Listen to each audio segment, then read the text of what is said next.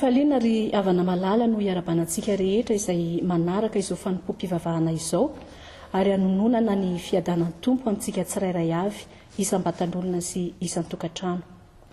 Isaorantsika manokana Andriamanitra fa na dia ao anatin'izao vanim-potoana izay tsy ahafahan'ny mpianakavin'ny finoana amin'ny fanatritava izao aza dia mbola omeny fahafahana isika miara midera sy mankalaza azy amin'ny alalan'izao fifandraisan-davitra izao. Koa etona dia manonona ny fisaorana sy ny fankasitrahana ireo teknisianina izay nanatotosa izao fandarana izao, na ny maka ny sary sy ny feo, na ny mampita izany any atokantranontsika tsirairay avy ka mahatomombana ny fiarantsika amin'ny mibavaka ankehitriny. Alahady faharoa amin'ny volana Aogositra isika, alahady fahasivy manaraka ny Trinité izay mbola ibanjinana ny loha hevitra hoe mahatoky hatramin'ny fahafatesana ny mino eo amin'ny sahan'ny fiangonana FJKM. Ny salamo 5:20 ny andininy voalohany ka hatramin'ny 7 tapany ary avana no omantsika hiderana sy ankalazana ny tompo. Ny salamo 5:20 ny andininy voalohany ka hatramin'ny 7 tapany a. Ampitomboina mandrakariva ho anareo anie ry havana ny fahasoavana sy ny fiadanana amin'ny fahalalana tsara an'Andriamanitra sy Jesosy Kristy tompontsika. Amen. Iara-mitsangana isika. Avy, aoka isika iobo an'i Jehova, aoka isika nao feo fifaliana ho an'ny vatolampy famonjenantsika, aoka akeo anatrehany amin'ny fiderana isika, aoka nao feo fifaliana ho azy amin'ny firana isika, fa Andriamanitra lehibe Jehova ary mpanjaka lehibe ambonin'ny Andriamanitra rehetra izy. Eo an-tanany ny fitoerana lalina amin'ny tany ary azy ny tendrombohitra avo, azy ny ranomasina fa izy no nanao azy, ary ny tany maina dia noforonin'ny tanany. Avy ka aoka iondrika sy ankohoka isika, aoka isika andohalika eo anatrehan'i Jehova mpanao antsika, fa izy no Andriamantsika ary olona mpiandrany sy ondry tandremana isika. Amen. Ataontsika ny hira 70 ny andininy voalohany.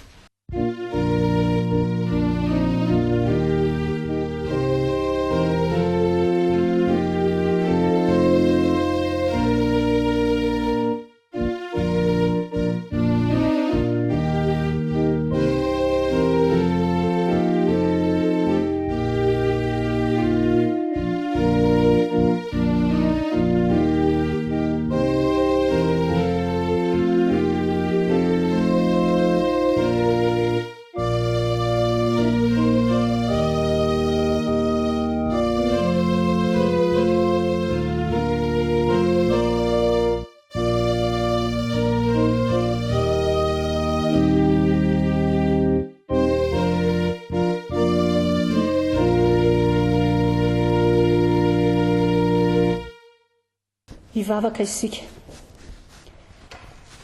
Fitiavana tokoa ianao Andriamanitra dia ianao ilay manome tompo nandrom-pahavelomana ho anay, mitantana ny fiainana isan'andro ka mbola afaka midera sy mankalaza anao izahay amin'izao fotoana izao. Ifalianay mandrakariva tompo ny fitiavanao satria na dia ao anatin'izao vanim-potoana sarotra izao aza ny firenenay sy izao tontolo izao dia mbola omenao fahafahana izahay manatanteraka izao fanompoana masina izao. Koa mideranao izahay Andriamanitra, mankalaza ny anaranao izahay, mankasitraka ny fitiavanao izahay. Raiso ny fideranay, raiso ny fankasitrahanay ianao fa vokatry ny fonay izany. Koa raha anatanteraka izao fanompoana izao izahay dia mangataka ny fanahinao masina hitaridalana anay ka aizanay manome voninahitra anao, ary na aiza no iantsona ny anaranao masina dia mba atrehanao any ireny rehetra ireny satria Andriamanitra ny akaiky sy ny lavitra ianao. Dia ho anao irery ihany ny dera sy ny voninahitra ny Andriamanitra Ray, Zanaka ary Fanahy Masina. Amen.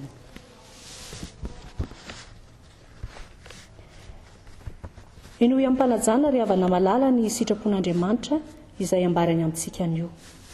Hoy ny soratra masina: fa Andriamanitra tsy nanendry antsika ho amin'ny fahatezerana, fa mba ahazo famonjena amin'ny alalan'i Jesosy Kristy tompontsika, izay maty hamonjy antsika mba hiara-belona aminy isika na mahatsiaro na matory. Fa ianareo rehetra dia zanaky ny mazava sy zanaky ny andro, tsy an'ny alina na ny maizina isika, koa dia mba aza matory toy ny sasany isika, fa aoka hiambina ka ahony tena. Sambatra ny mahitsy lalana izay mandeha araka ny lalan'i Jehova, sambatra izay mitandrina ny teny vavolombelony ka mitady azy amin'ny fo rehetra. Amen.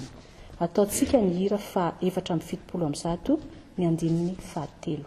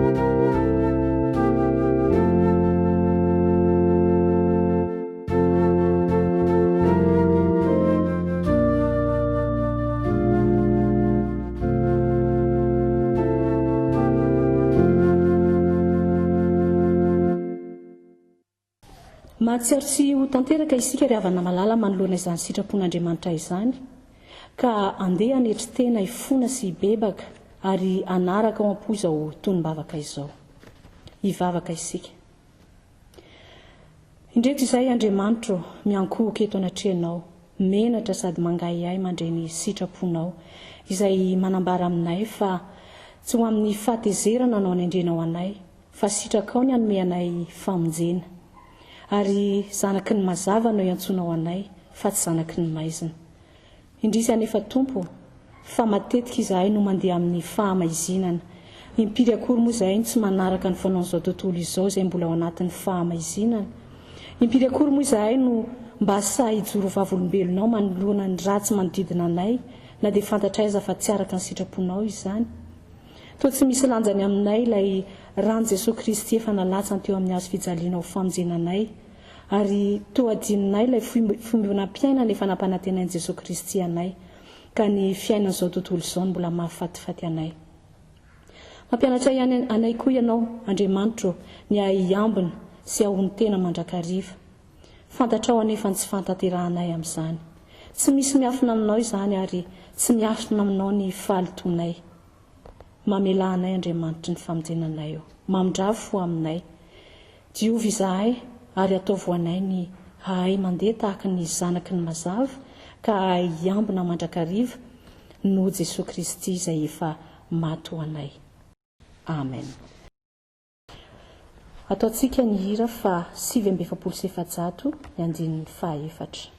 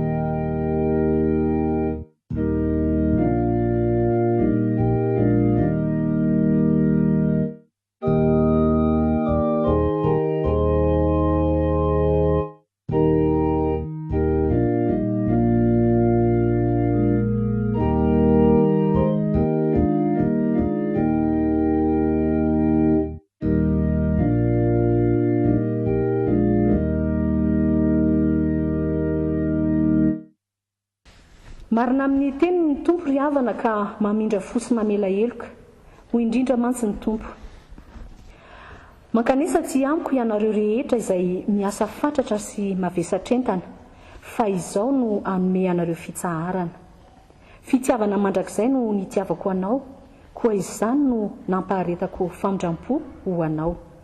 Koa ambara fa voavelany elokareo noho ny anaran'ny masina miderany tompo. Amen.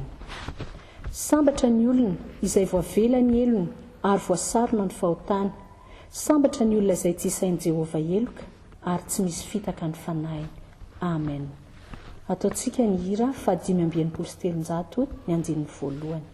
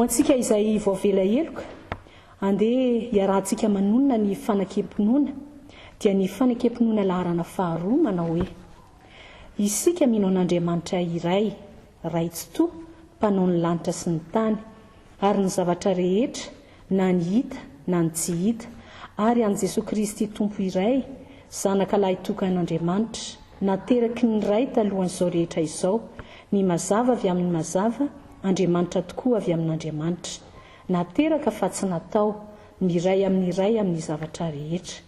Izy no nahariana izao tontolo izao, noho ny ampitsika olombelona sy ho famonjerantsika, dia nidina avy tany an-danitra izy, ary nataony fanahy masina nofo avy tamin'ny Maria Virjiny, dia tonga olona izy, nomboana tamin'ny hazo fijaliana ho fanavotana antsika tamin'ny nanapahany Pontsy Pilato izy.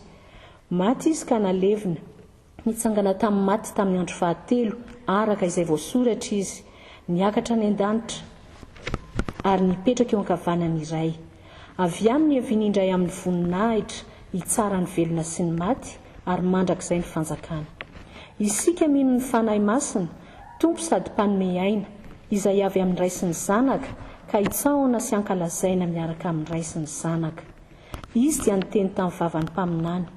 Isika mino ny fiangonana iray, masina, miorina amin'ny fanambaran'ny apôstôly ary manerana izao tontolo izao. Isika manaiky ny batisa iray ho famelan-keloka sady manantena ny fitsanganan'ny maty ary ny fiainana mandrakizay. Amen. Mialoha ny vaky teny ry havana dia mbola hiara-mivavaka isika. Ny vaky teny anio dia araka izay voasoratra ao amin'ny testamenta taloha, tantara 2:7-20, 7:20 ka hatramin'ny 2:20. Ny Hebreo 1:2-7 ka hatramin'ny 4. Ary faranana amin'ny testamenta vaovao araka ny Lioka 1:1, 7:20 ka hatramin'ny 2:15. Eo mbavaka isika. Misaotra anao izay Jesosy Kristy fa avy aminao zavatra rehetra. Misaotra tompo malala fa navagaiza manodidina ary izay dia tsy tery. Enjehina nefa tsy afoy. Lavaka nefa tafarina. Eo ianao mampijoro dia na mikatona azy amin'ny fiangonanao dia mbola azo zarahina mandrakariva ny teninao ho vatso anay.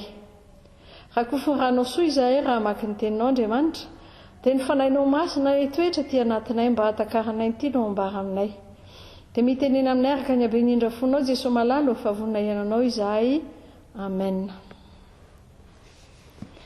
Tantara 2:4-20, 7:20 ka hatramin'ny 2:20. Amin'ny anaran'i Jesosy no amakiana ny teny. Ary rehefa maty Joiada, dia avy ireo mpanapaka ny Joda ka niankohoka teo anatrehan'ny mpanjaka, dia ny haino azy ny mpanjaka ary nandao ny tranon'i Jehova Andriamanitry ny razana ireo ka nanompo ny Asera sy ny sampy. Dia nisy fahatezerana niatra tamin'i Joda sy Jerosalema noho ny fahadisoany, ary naniraka mpaminany tany aminy izy hampiverina azy amin'i Jehova, dia nanatra azo mafy ireo nefa tsy nety niaino izy. Ary Zakaria zanak'i Joiada mpisorona notsindriany fanan'Andriamanitra dia nitsangana teo amin'ny avoavo teo anatrehan'ny vahoaka izy ka nanao taminy hoe: izao no lazain'Andriamanitra, nahoana ianareo no mandika ny didin'i Jehova ka tsy mahita fanambinana? Satria efa nahafoy an'i Jehova ianareo dia nahafoy ianareo kosa izy.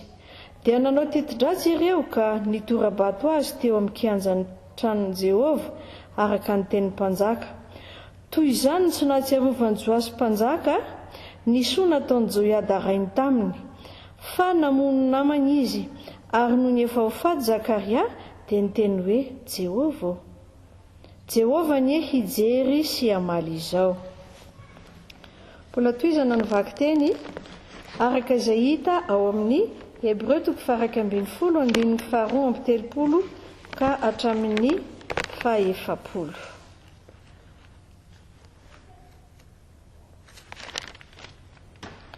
Ary inona koa no lazaiko? Fa ho lany ny andro raha milaza amin'ny Gideona sy Baraka sy Samsona ary Jefta aho, Davida koa sy Samuela ary ny mpaminany, izay nandresy fanjakana tamin'ny finoana, niasa fahamarinana, nahazo ny teny fikasana, nanakombona ny vavan'ny liona, namono ny fidedadedany afo, afaka tamin'ny lelan-tsabatra, raha nalemy dia nampatanjahina, tonga nahery tamin'ny ady dia nampandositra ny miaramila ny firenena hafa. Ny vehivavy nandray ny azy efa maty, fa natsangana ho velona indray, ary ny sasany nampijalijaliana ho faty, nefa tsy nety nanao izay ahafahany mba ahazahoany fitsanganana tsara lavitra. Ary ny sasany niaritra fanesoana sy kapoka mafy, ary fatorana sy tranomaizina koa. Notoram-bato izy, notsofana, nalaim-panahy, novonoana tamin'ny sabatra, dia nirenireny sy nitafy hoditr'ondry sy hoditr'osy. Efa lao, ory, fadiranovana, nefa izao tontolo izao tsy miendrika ho nitoerany akory. Dia nirenireny tany efitra sy tany atendrombohitra sy tany anjoy ary tao andavaka tany izy. Ary ireo rehetr'ireo na dia efa nahazo laza tsara noho ny finoana aza, dia tsy mba nandray ny teny fikasana, fa Andriamanitra efa namboatra izay tsara lavitra ho antsika, mba tsy hatao tanteraka ireo raha tsy efa mby eo koa isika. Ho faranantsika ny vaky teny araka ny Lioka 2:17-20 ka hatramin'ny 1:50. Lozanareo fa nanao rarivatom-pasan'ny mpaminany ianareo, nefa ny razanareo ihany namono azy. Dia vavolombelona ianareo ka manaiky ny asan'ny razanareo, fa izy no namono azy ary ianareo kosa nanao ny rarivatom-pasany. Koa izany nanambaran'ny fahendren'Andriamanitra hoe: haniraka amin'ny mpaminany sy ny apôstôly ho any aminy aho, ka ny sasany ho vonoiny ary ny sasany enjehiny, mba hadinina amin'ity taranaka ity ny ranon'ny mpaminany rehetra izay nalatsaka tamin'ny nanorenana izao tontolo izao, dia hatramin'ny rany Abela ka hatramin'ny rany Zakaria izay novonoina teo anelanelan'ny alitara sy ny tempoly. Eny, lazaiko aminareo marina tokoa fa hadinina amin'ity taranaka ity izany. Ray masonao, manamasinana anay amin'ny fahamarinana, ny teninao ny fahamarinana. Amen.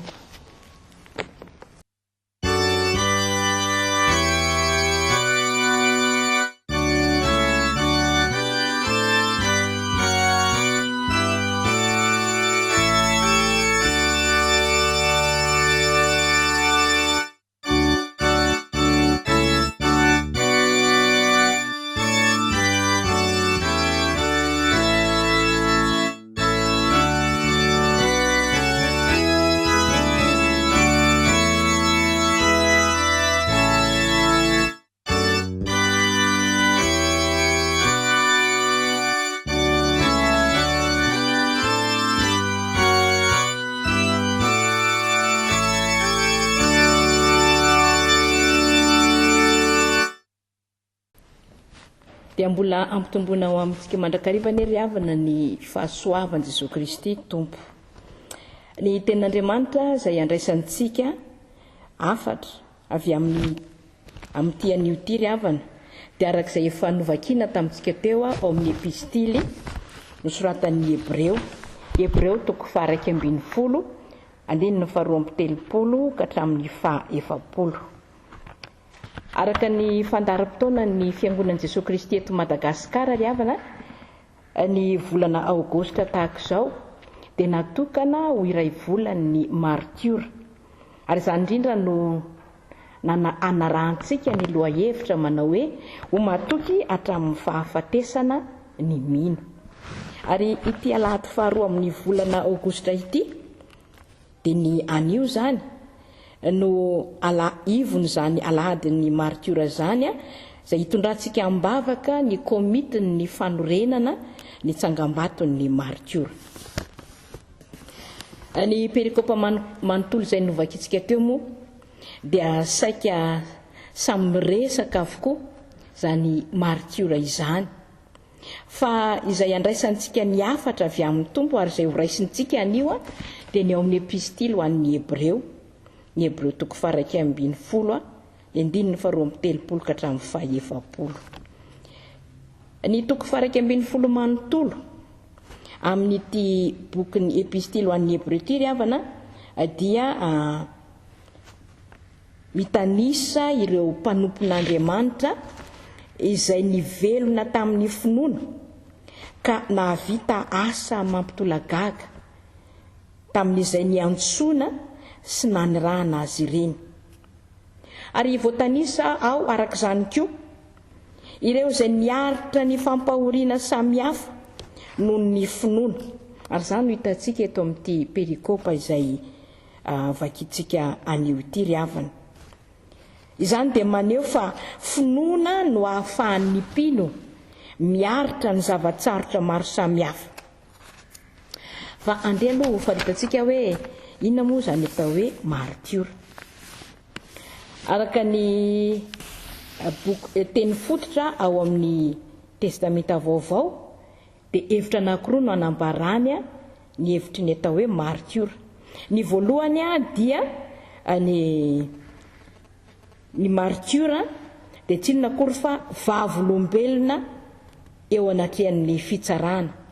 Ohatra anankiray amin'izany ny voalaza ao amin'ny filazantsarany Matteo 7:20 ny andininy 9:20 manao hoe fa raha tsy miaino anao kosa izy dia ento miaraka amin'ny ao ny olona iray na roa mba ho voaorina mafy avokoa ny teny rehetra amin'ny teny vavolombelona 2 na 3.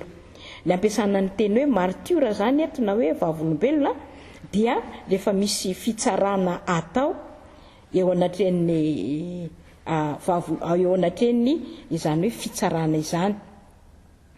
Ny hevitra faharoa ambarany hoe vavolombelona dia ny vavolombelona dia ny kristianina izay mijoro amin'ny finoana ny Kristy ka na misy ny fandrahonana na misy ny fampijaliana na dia faratra amin'ny famonoana azy dia tsy mivadika amin'izany finoana any Kristy izany. Ary ao amin'ny testamenta vaovao moa zany dia ny Stefanina no antsoina hoe martiora kristianina voalohany nijoro tamin'izany finoana, ary fantatsika tsara tantaran'izany Stefanina izany. Fa na izany na tsy izany aza ry havana dia efa hita hatrany amin'ny testamenta taloha ny martiora, arak'izay hitantsika tao amin'ny tantara faharoa izay novakiana tamintsika teo. Fa eto dia manome ohatra maro ny amin'ireny olona ankasitran'Andriamanitra ireny ny mpanoratra ny Hebreo. Manome olona maro izy eto noho ny fifikirany tamin'ny finoana na dia nandalo zavatsarotra azy.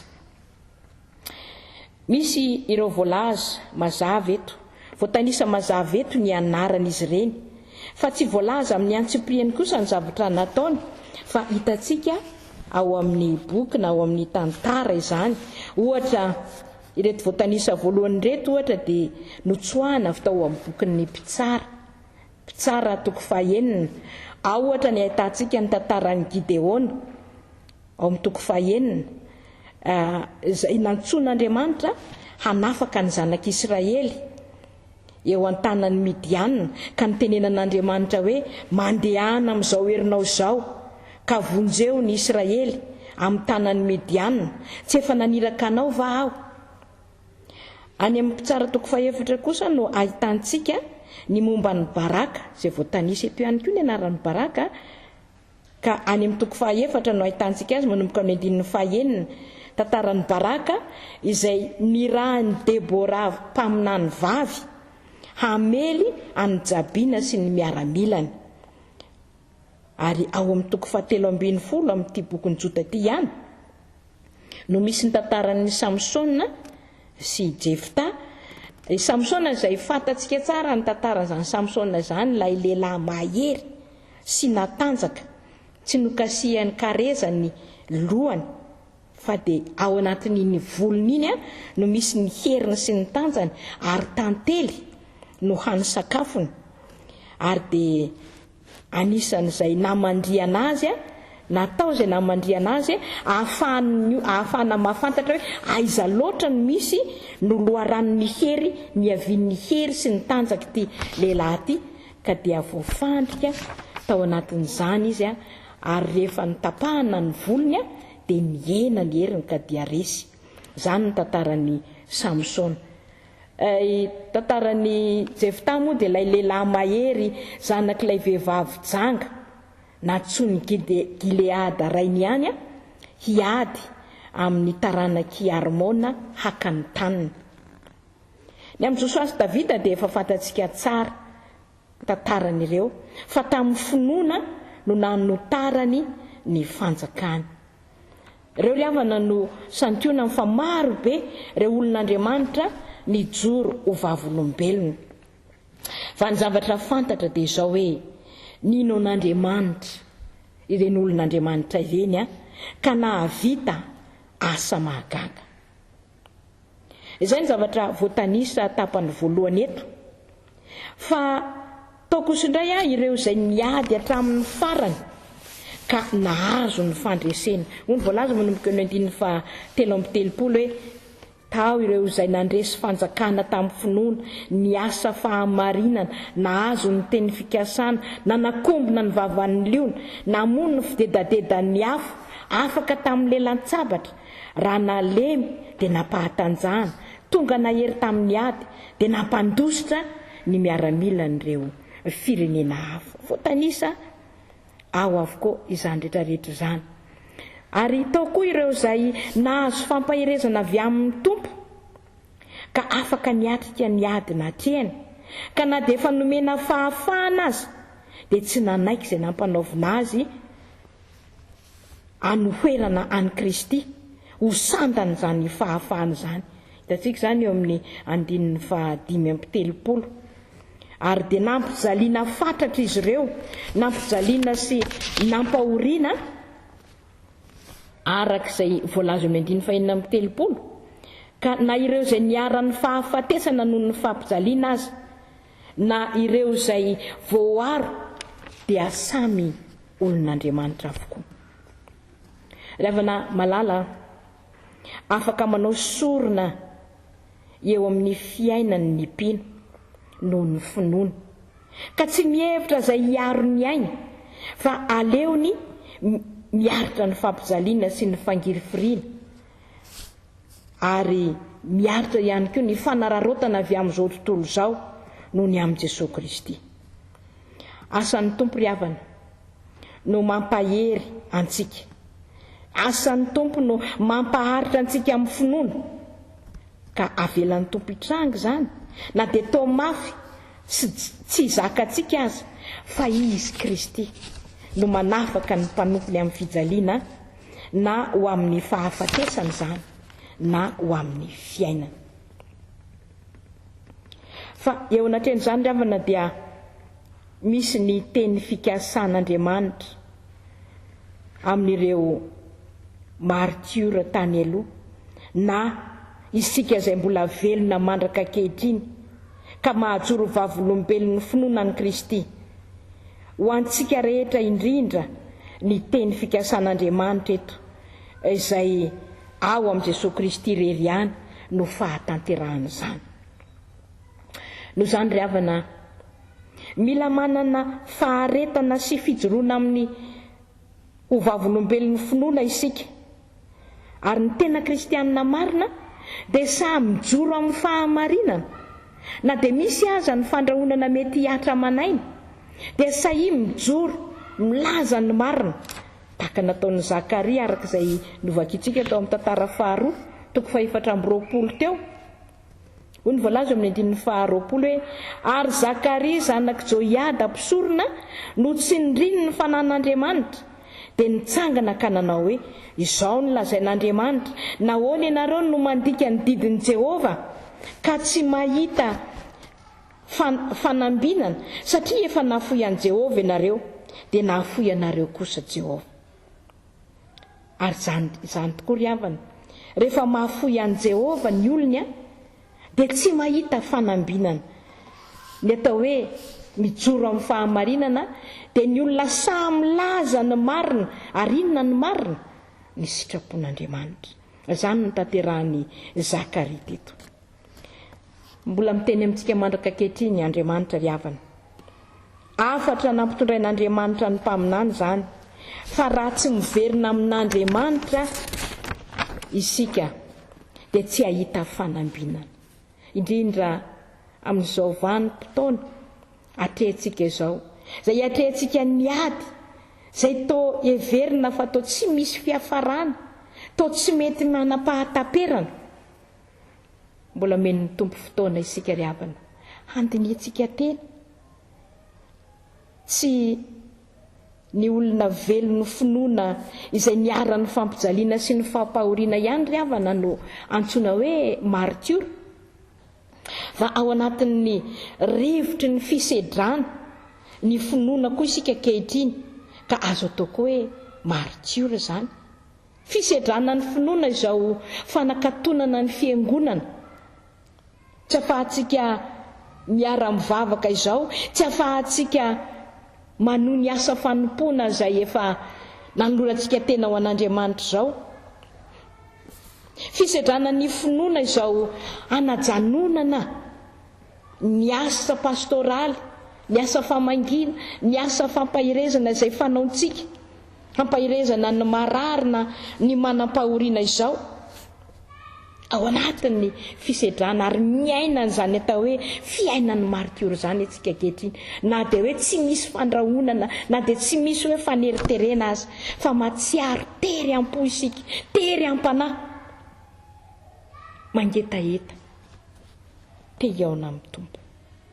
Misaotra an'Andriamanitra nefa isika ry havana, fa mbola afaka mandre ny tenin'Andriamanitra, mbola afaka manaraka izao fanompom-pivavahana izao, ka tsy avelan'Andriamanitra ho faty ny finoantsika ary miorina tsara ao amin'i Jesosy Kristy.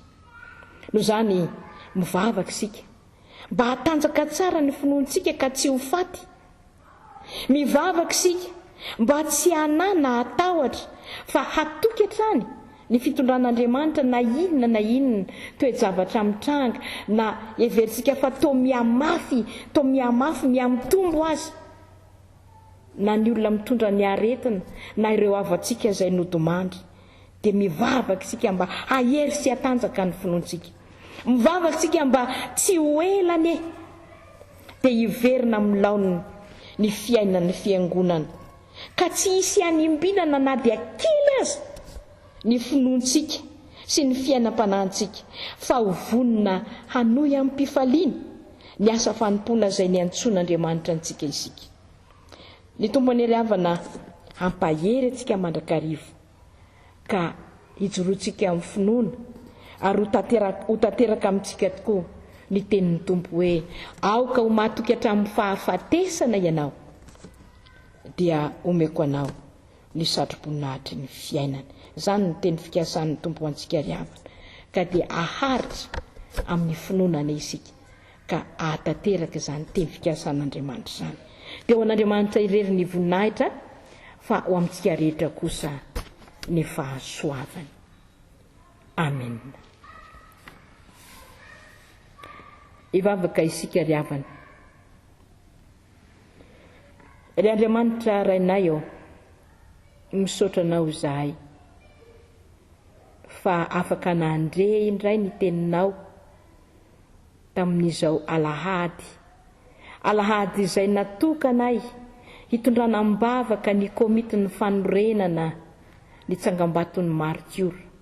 Alahady izay natokanay koa hanamafisana ny finonay sy ny fanekenay anao tahaka ny joron'ireo martiora razanay fahizay izay tsy nivadika tamin'ny finonanao Jesosy Kristy, na dia teo aza ny fandrahonana, fampijaliana, ny famonona izay natao tamin'izy ireny. Tompo, indreto izahay. Mahatsiaro koa fa miaina ao anatin'izany fahaterena ara-pinoana izany. Tsy afaka manompo anao amin'ny kahalalahana, tsy afaka manatona ny tranonao akory. Hiarahanay mivavaka, hiarahanay miombombavaka sy midera ary manome voninahitra anao, handrenesanay ny teninao, hiarahanay manao ny asa fanompoana izay efa niantsonao sy ny fidiananao anay. Ambolana vitsivitsy no tsy nafahany nanatanteraka izany. Mahatsiaro izay Tompo, fa voageja ny finoanay. Kanefa ny teninao manao hoe voageja manodidina izahay nefa tsy tery, very hevitra nefa tsy mamoy fo. Satria ny teninao Tompo dia tsy voageja, ary ianao dia tsy voafetrany ny toerana, tsy voafetrany ny fotoana fa naiza iantsona iny anaranao dia mamaly ianao. Ianao nefa ny teny hoe naiza no iangonany roa na telo amin'ny anarako dia eo afovoany aho. Koa tsy misy mahasakana anay tsy hanatona anao Tompo, na eo azy izao famerana ny fiangonana tsy afaka anohy ny asa fanompoana izao.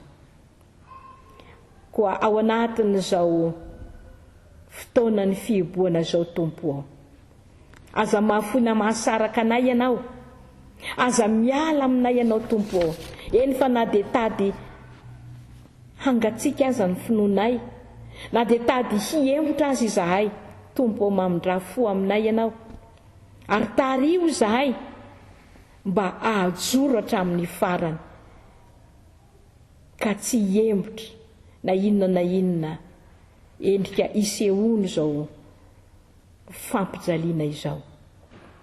Mangataka aminao anefa izahay, ianao nefa manana ny fotoana izay voatendrinao, manana ny hery sy ny fahefana rehetra ianao any an-danitra sy ety an-tany, afaka mamaha izao fatorana mangejana izao. Koa dia mahatoky izay Tompo, ampitombo ny finoanay, ary aza velanao herikerika izahay, aza velanao hitady hery hafa eto amin'izao tontolo izao izahay, aza velanao hiantehitra na amin'iza izay Tompo, fa ao aminao rery ihany. Dia ianao izay efa naniraka an' Jesosy Kristy zanakao, naneho tamin'ny fomba hita maso sy azonay tsapain-tanana, fa nandresy ny herin'ny fahafatesana, nandresy ny zavatra rehetra, eny efa nandresy an'ny Satana. Ka dia nananay finoana sy fanantenana fa hanoatra noho ny mpandresiko izahay miaraka aminao Jesosy Kristy. Vavaka aminao ary izay Tompo, taio ny fiangonanao, fa na dia eo azy zany fepetra tsy maintsy arahana zany, satria mbola eto amin'ity zao tontolo zao ity izahay, ary ianao no efa nampianatra anay manao hoe aoka ny olona rehetra samy anaiky ny fahefana, fa tsy misy fahefana hafa-tsy izay voatendrin'Andriamanitra. Nefa dia ny sitraponao Tompo no tanterahanay. Koa dia taio ny fiangonanao, mba tena hijoro vavolombelonao, hanatanteraka ny sitraponao, nefa koa hahajoro hanatanteraka izay rehetra tianao ampanaovina anay, hijoronay ho vavolombelonao. Taio ny vahoaka kristianina, mba tsy ho kivy, mba tsy ravoravo tanana, eny mba tsy hihemotra, fa tena aharitra amin'ny fanarananao. Vavaka aminao koa zay tompo ho an'ity firenena ity.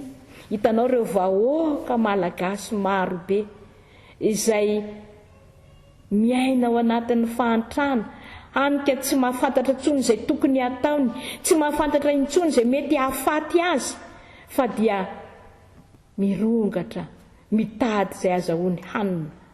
Tompo, miantrahanay, miantraha ny firenenay ianao. Arovy izay Tompo, arovy ny vahoakanao. Omeo anay, omeo ny vahoakanao izay rehetra ilainy Tompo, fa Andriamanitra mpamindra fo ianao. Ary jereo ny mpitondra na iza na hatramin'ny mpitondra faratampo na ireo izay mpiara-miasa aminy Tompo, ireo izay manana andraikitra rehetra eo amin'ny fitondrana. Toloro saina endry izy ireny Tompo. Ary aoka ny fanahinao no handresy lahatra azy ireny hanaiky ny fitondrana. Tianao hitondrana ity firenena ity ka hampanjaka ny fahamarinana hisin'ny fiadanana eto aminay. Tahiora rehetra izay manana andraikitra eo amin'izao ady amin'ny fianaky ny aretina izao. Tahio ny mpitsabo sy izay rehetra miara-miasa amin'izy ireny any amin'ny toeram-pitsaboana, ny fandraisana ireny marary ireny ary ireo mpitsabo amin'ny aretina samihafa koa. Arovy izy ireny Tompo, dia omeo hery mandrakariva hatanteraka ny sitraponao.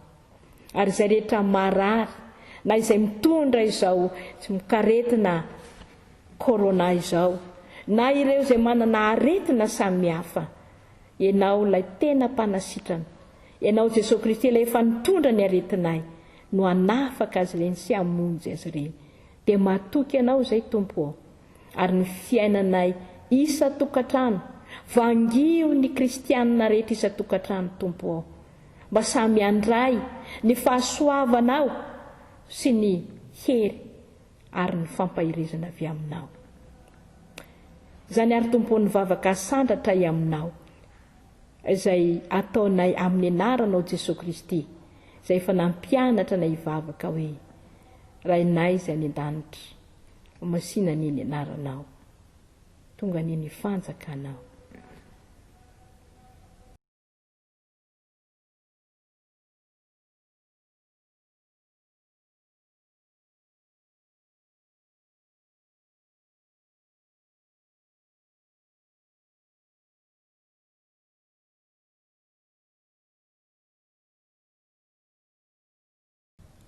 Amen.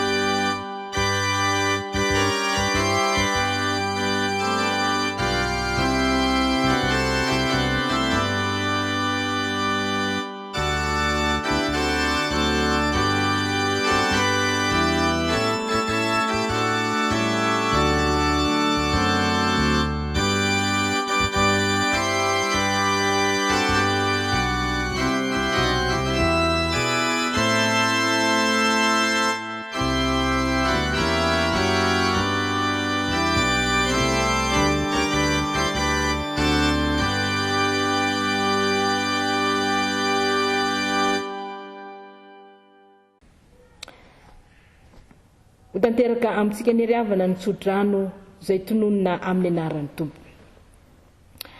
Ary Andriamanitra ny fiadanana ny hamasina nareo samy ho tanteraka, ka ho karovana avokoa ny fanahinareo sy ny ainareo ary ny tenanareo ho tanteraka ka tsy hanantsiny amin'ny fiaviany Jesosy Kristy Tompo. Mahatoky ilay efa niantso anareo fa izy ihany no hanefa izany. Amen.